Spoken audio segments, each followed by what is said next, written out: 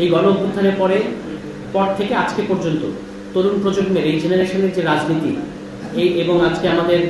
NCP বাংলাদেশের officially তৃতীয় বৃহত্তম রাজনৈতিক দল, বাংলাদেশের 3.21% ভোটার, 30টা কনস্টিটিউয়েন্সিতে আমরা নির্বাচন করেছি, তার মধ্যে 3.21% ভোটার আমাদেরকে সমর্থন করেছেন এবং সেই সূত্রে আমরা এখন আনুষ্ঠানিকভাবে আমরা অন্তর্বর্তী সরকারের আমলে অনেক ফোরাম শুনেছি যে এনসিপিকে কেন এত গুরুত্ব দেওয়া হয়, কিন্তু এনসিপিকে কেন গুরুত্ব দেওয়া না দিয়ে যে উপায় ছিল না, এটা কিন্তু এই নির্বাচনে প্রতিফলিত হয়েছে, যেখানে এনসিপি এখন অফিসিয়ালি তৃতীয় বৃহত্তম দল এবং দ্বিতীয় বৃহত্তম বিরোধী দল। তো এই পুরো এক বছরের রাজনীতিটাকে জাতীয় নাগরিক কমিটির উত্থান, আবির্ভাব এবং একটা রাজনৈতিক দল হিসেবে এনসিপির আত্মপ্রকাশের আগ পর্যন্ত সক্রিয় থাকা, এই ইতিহাসটা বাদ দিয়ে কিন্তু পুরো ইতিহাসটা ধরা যাবে না। এতে বাংলাদেশের ইতিহাসে এত সাকসেসফুল কমিটি কিন্তু খুব কম আছে, যারা দ্রুততম সময়ের মধ্যে গণ অভ্যুত্থানের 1 মাসের মধ্যে এসেছে, আবির্ভাব ঘটেছে এবং দ্রুততম সময়ের মধ্যে তার যেটা ডেলিভার করার কথা একটা রাজনৈতিক দল, সেটা ডেলিভার করে দিয়ে কিন্তু ক্ষান্ত হয়েছে। ফলে এখানে জাতীয় নাগরিক কমিটির ইতিহাসটা আরো মনোযোগে দাবি করে এবং আপনারা তখন আমাদেরকে বলা হয়েছে আমরা অন্তর্বর্তী সরকারের কিংস পার্টি ইত্যাদি। আমি এই বইটা উল্টে পাল্টের সময় দেখছিলাম যে আমরা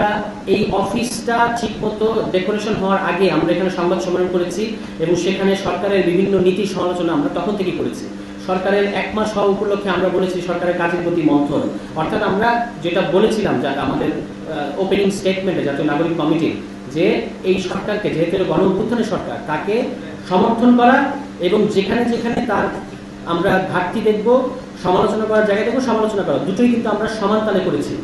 সমর্থন করা, জবাবদিহির আওতায় রাখা এবং সমালোচনা করা, যেটা প্রয়োজন আমরা সবটাই করেছি। এবং এরপরে এনসিপি আসলো, সেই এনসিপি নানা চড়াই উতরাই পেরিয়ে সবচেয়ে গুরুত্বপূর্ণ হচ্ছে পুরো এস্টাবলিশমেন্টের চক্ষুশূল হয়ে যেভাবে এনসিপি আজকে তরুণ সমাজকে এখনো প্রতিনিধিত্ব করে যাচ্ছে, শুধু সেটা না, সারা দেশে এখন যখন আমরা বিভাগীয় ইফতারগুলো করছি, আমরা দেখতে পাচ্ছি যে বিভিন্ন বয়সের মানুষের, নারী, পুরুষ, তরুণ, বৃদ্ধ, সবার এনসিপিকে নিয়ে যে আগ্রহ, এটা কিন্তু প্রমাণ করে যে বাংলাদেশে এই গণতান্ত্রিক এবং সংস্কারপন্থী একটা রাজনৈতিক দলের, তরুণদের নেতৃত্বের একটা রাজনৈতিক দলের ভীষণ চাহিদা রয়েছে এবং আশা করি যে আমরা সামনের দিনগুলোতে এই চাহিদাটা পূরণ করতে পারবো এবং সেখানে মাঠের রাজনীতি, বুদ্ধিভিত্তিক রাজনীতি, এমনকি এই ধরনের ইতিহাস লিপিবদ্ধ করায়, আপনি জানেন যে যারা নিজেদের ইতিহাস লিখতে পারে না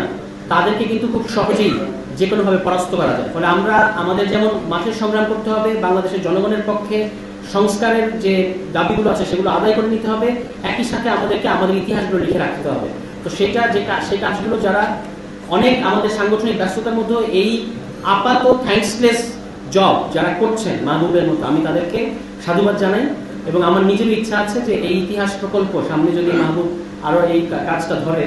বা এনসিপির দ্বিতীয় পর্যায়ের রাজনীতি আগামী বছরের মধ্যে আমরা যদি লিখতে চাই, সেখানে আমি মাহবুবের সাথে যথাসাধ্য সহযোগিতা করার চেষ্টা করবো, কারণ ইতিহাসগুলো আমাদেরকে লিখে রাখতে হবে। আমাদের ইতিহাস আমরা এটা বুঝে গেছি, অন্য কেউ লিখবে না।